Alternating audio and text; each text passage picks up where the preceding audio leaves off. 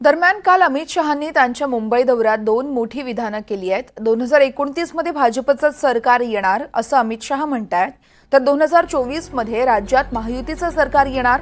मात्र 2029 मध्ये कमळाचं शुद्ध सरकार आणायचंय असा निर्धार अमित शहांनी व्यक्त केलाय। जनतेनं जिंकून दिल्यानंतर कॉमन सिव्हिल कोड कोणीच थांबवू शकणार नाही असंही अमित शहा म्हणतायत।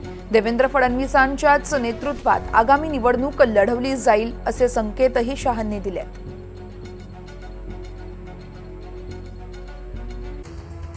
तर अमित शहांचे कार्यकर्त्यांना काय आदेश आहेत आपण बघत आहोत। महाराष्ट्रातील निवडणुकीमुळे देशाच्या राजकारणाची दिशा बदलणार असं शहांनी म्हटलंय।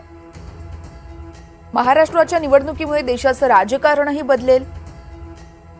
महाराष्ट्रात महायुतीचीच सत्ता येणार असा विश्वास शहा व्यक्त करतायत। निराशा झटकून कामाला लागण्याचे आदेश शहांनी कार्यकर्त्यांना दिलेत। शिवाय 2024 मध्ये युतीचं सरकार आणायचंय असंही शहा म्हणतायत।